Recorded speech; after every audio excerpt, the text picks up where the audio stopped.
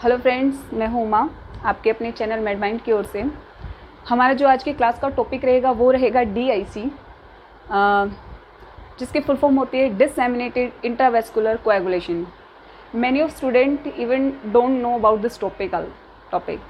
Actually, to be honest, even for me this topic was not important, which I consider, but this topic is something which have changed my life recently, because I lost one of my family person because of this disease. Actually, this is not a disease, it is because of some underlying cause this happened. DIC, disseminated intravascular coagulation, इसका दूसरा नाम है consumption कोएगुलोपैथी। आज हम इसके definition और pathophysiology के बारे में पढ़ेंगे। सबसे पहले हम इसके जो नाम है, फुल फॉर्म है, उसको समझने की कोशिश करते हैं कि ये डिससेमिनेटेड इंट्रावेस्कुलर कोएगुलेशन क्या है। डिससेमिनेटेड मीन्स क्या होता है? डिस्पर्स्ड या वाइड स्प्रेड। इसको हम क्या बोल सकते हैं? या तो डिस्पर्स्ड या वाइड स्प्रेड, यानी बॉडी के अंदर वाइड स्प्रेड यानी फैला हुआ है। ठीक है। Intravascular with in the vessels, और कोएगुलेशन मीन्स कोएगुलेशन यानी क्लोटिंग से रिलेटेड कुछ होगा। ठीक है। और इसका नाम, ये जो कंजप्शन कोएगुलोपैथी है, ये कैसे हुआ, ये हम इसकी जब हम इसकी पैथोफिजियोलॉजी पढ़ेंगे तो आपको ये सब रीज़न समझ में आ जाएंगे। ठीक है। तो अब हम बात करते हैं इसकी डेफिनेशन की। थ्रोम्बोहेमोरेजिक डिसऑर्डर, इस वर्ड को ध्यान रखना। ठीक है। थ्रोम्बोहेमोरेजिक डिसऑर्डर, ठीक है, characterised by excessive activation of coagulation and formation of thrombus microvasculation in our body and compromised blood flow, which ultimately resulting in MODS, multiple organ dysfunction syndrome। तो ये डिजीज़ क्या है? एक्चुअली ये एक्यूट हो सकता है, सब एक्यूट हो सकता है, और क्रोनिक हो सकता है। क्रोनिक होता है लंबे टाइम तक, एक्यूट होता है which is very dangerous. Acute is very dangerous as comparison to chronic और सब एक्यूट। ठीक है। थ्रोम्बोहेमरेजिक, जैसे नाम से बता रहे हैं, यानी थ्रोम्बस भी होगा, और हेमरेजिक यानी कुछ ना कुछ ब्लीड होगा बहुत ज़्यादा, थ्रोम्बस भी बनेगा। ठीक है। रिवील करेंगे इसकी पैथोफिजियोलॉजी में कैसे क्या चीज़ हो रही है। एक ऐसा डिसऑर्डर है ये जो करेक्टराइज बाय, इसमें क्या करेक्टराइज करे तो एक्सेसिव एक्टिवेशन, यानी बहुत ज़्यादा एक्टिवेशन हो जाता है किसका? कोएगुलेशन का। कोएगुलेटिंग जो फैक्टर वो बहुत ज़्यादा एक्सेसिव एक्टिवेट हो जाते हैं, और जिसकी वजह से अगर कोएगुलेशन एक्टिवेट होगा तो क्या बनेंगे? थ्रोम्बस बन जाएगा। कहाँ पर? माइक्रो और मैक्रो दोनों वेस्कुलेशन के अंदर क्या हो जाएगा? थ्रोम्बस बनने लग जाएगा, जिसकी वजह से अब हर जगह अगर ब्लड के क्लोट बनेंगे, थ्रोम्बस बन जाएगा, तो ब्लड फ्लो क्या होगा? कॉम्प्रोमाइज़ होगा। अगर बॉडी के ऑर्गन तक ब्लड नहीं जा रहा है तो अल्टीमेटली क्या होने लगेगा? मल्टीपल जो ऑर्गन है वो क्या हो जाएंगे? डिसफंक्शन होने लगेंगे। तो उसी को नाम दिया गया MODS, multiple organ dysfunction syndrome. Actually this happen, actually जो मल्टीपल ऑर्गन डिसफंक्शन सिंड्रोम डाला है, ये एक्चुअली हैपन होता है एक्यूट केस में। एक्यूट केस में विद इन 2 और 3 आवर्स आप देखेंगे एक पेशेंट जो बिल्कुल ठीक था, एंड आप उसकी किडनी फेलियर तक देखेंगे, लीवर एंजाइम, सब कुछ।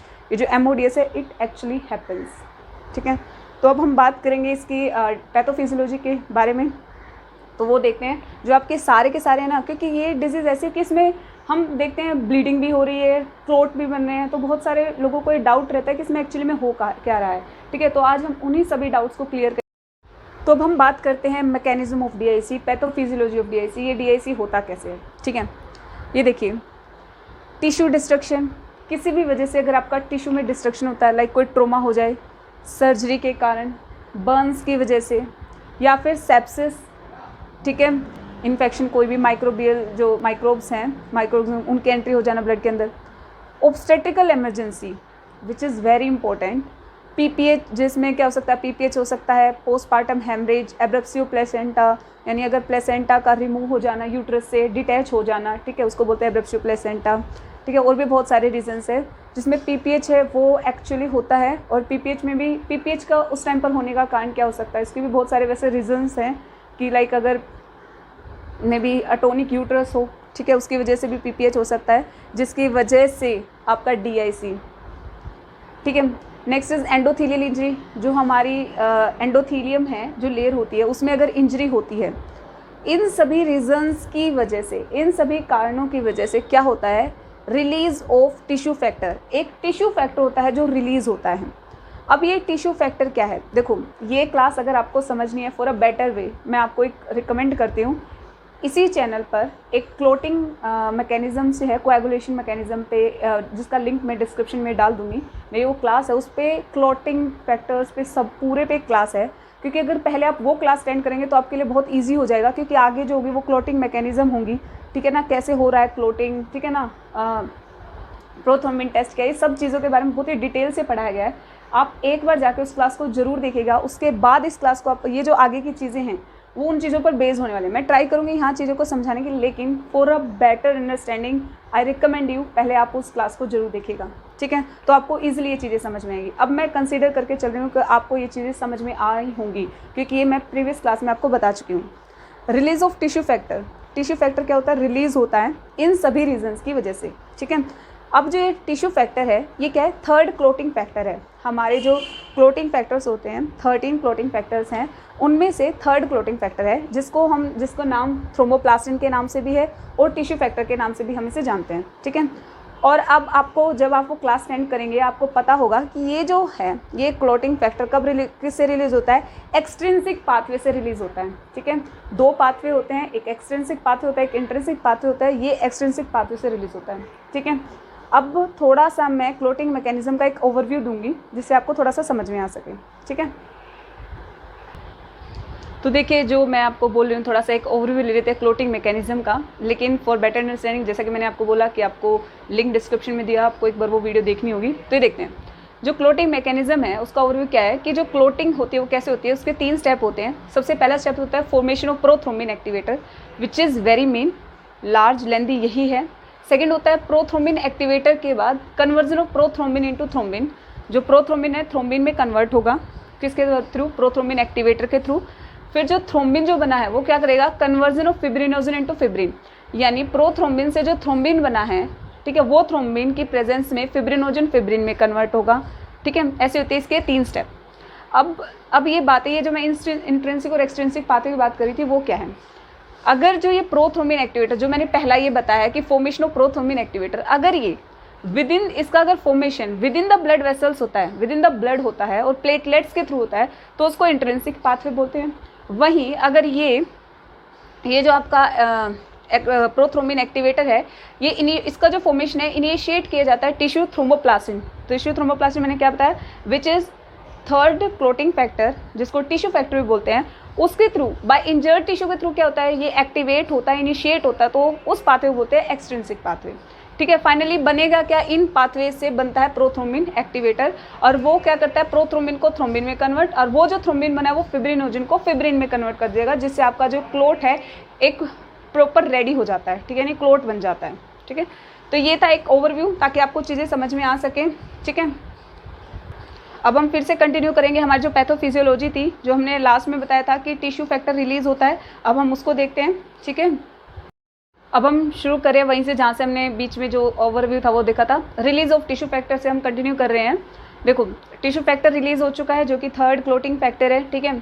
अब इसकी वजह से टिश्यू फैक्टर वो मैकेनिज्म यानी कंप्लीट हो गया, उससे क्या बन गया, क्लोट बन चुका है। फिब्रिनोजन से फिब्रिन क्या बन चुका है, जिससे क्या हो गया, क्लोट बन चुका है, जो कि क्रिस क्रॉस मेथड से, मतलब एक लूज क्लोट था उसको टाइट क्लोट बना दिया गया है, ठीक है। अब वो बन चुका है। अब उसकी वजह से क्या हुआ, वाइड स्प्रेड माइक्रोवेस्कुलर थ्रोम्बोसिस, यानी बॉडी के अंदर वाइडली क्या हो गया है, थ्रोम्बोसिस बन चुका है, ठीक है। क्या बन चुका है, थ्रोम्बोसिस बन चुका है, इतना समझे हैं। अब उसकी वजह से 3 चीज़ें होंगी।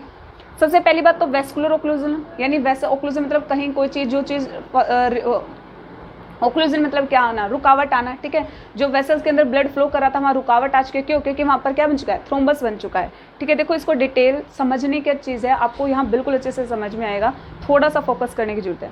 ये समझ में, वेस्कुलर ओक्लूजन। नेक्स्ट इज, अब बॉडी के अंदर, बॉडी भी तो कुछ रिस्पॉन्ड करेगी ना, कि बॉडी के अंदर ओक्लूजन बने जा रहा है, क्लोट बने जा रहा है अपने आप से, तो उससे क्या हुआ, उससे एक्टिवेशन ऑफ प्लाज्मिन। अब ये प्लाज्मिन क्या है, प्लाज्मिन एक पोटेंट फिब्रिनोलाइटिक एजेंट है। फिब्रिन बन गया था ना, फिब्रिनोजन से फिब्रिन, यानी क्लोट बन चुका है। दिमाग में एक मोटा मोटा हिसाब क्या है कि क्लोट बन चुका है, तो बॉडी उसको क्या करेगी, तोड़ने का भी काम करेगी, क्यों, क्योंकि पूरी बॉडी के अंदर, यार तुम्हारी बॉडी के अंदर क्लोट पे क्लोट बने जा रहे हो, तुम्हारी बॉडी कुछ ना करे, ऐसा भी नहीं हो सकता है, ठीक है। ठीक है।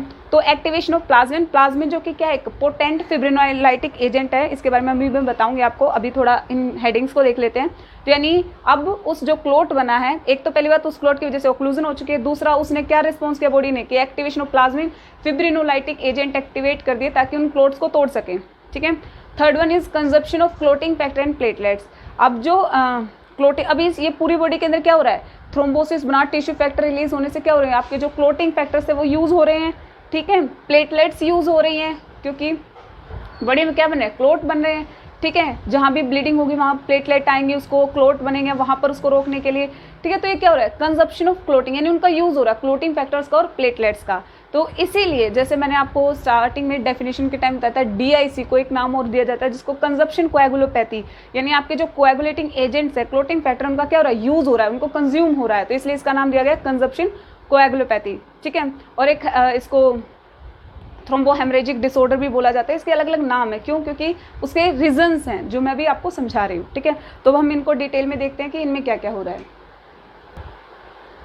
अब देखिए यहाँ तक आपको समझ में आया। अब देखते हैं, देखो वेस्कुलर ओक्लूजन की वजह से क्या होगा, वेसल्स में अगर ओक्लूजन हो रही है यानी ब्लड फ्लो नहीं करेगा तो क्या होगा, टिश्यू डैमेज होंगे।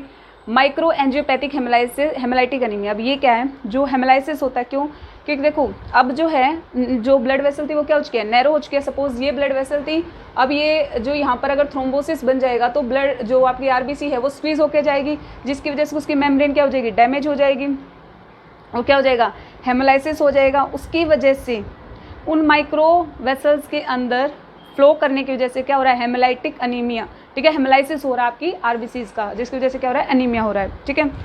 Next is activation of plasmin, मैंने कहा था प्लाज्मिन का एक पोटेंट फिब्रोनाइटिक एजेंट है, क्योंकि इसके रिस्पॉन्स में बॉडी प्रोड्यूस कर रही है कि बॉडी में इतना सारा चीज़ें चल रही हैं, क्लोट हो रहा है, तो उसके लिए क्या कर रहा है, बॉडी ने क्या किया, एक्टिवेट किया प्लाज्मिन को, जो कि फिब्रिनोलाइटिक, लाइटिक मतलब तोड़ने वाला जो काम करता है, ठीक है।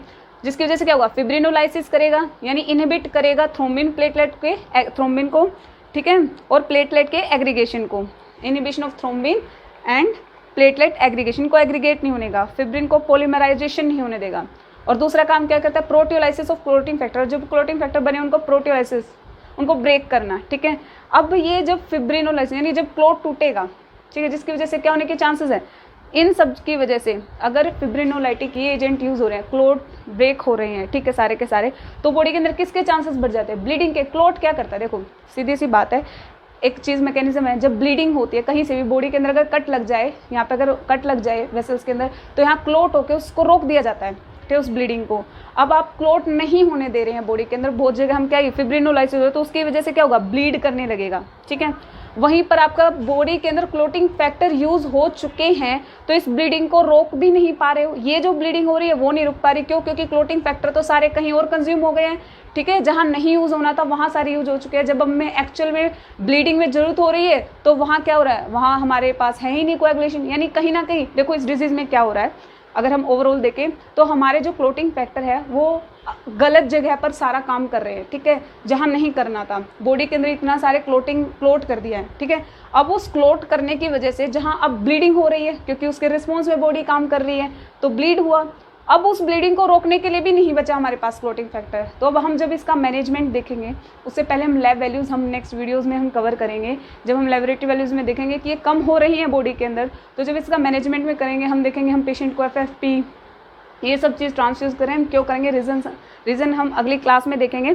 तो अभी तक के लिए ही हमारी थी पैथोफिजियोलॉजी और डेफिनेशन, जिसमें हमने रीज़न पढ़ा कि क्यों हो रहा है। तो इसकी वजह से देखो, यानी क्लोट भी बन रहा है, ये देखो वेस्कुलर ओक्लूजन, यानी पेशेंट को क्या होने के चांसेस होंगे, मल्टीपल ऑर्गन डिसफंक्शन, क्यों, क्योंकि सब जगह क्या हो रहा है, कोएगुलेशन, ब्लड सप्लाई डिक्रीज हो रही है, ठीक है। वहीं प्लाज्मिन बॉडी के अंदर क्या हो रहा है, साथ के साथ ब्रेक किया जा रहा है, ब्रेक की वजह से ब्लीडिंग भी हो रही है, इसीलिए इसको थ्रोम्बोहेमरेजिक यानी थ्रोम्बस भी बन रहा है बॉडी के अंदर। इधर से देखो, इधर थ्रोम्बस बन रहा है, इधर मैं ब्लीडिंग की बात कर रही हूँ, वो उधर ब्लीडिंग रुक नहीं रही है, क्यों, क्योंकि हमारा सारा का सारा क्लोटिंग फैक्टर यूज़ हो चुका है।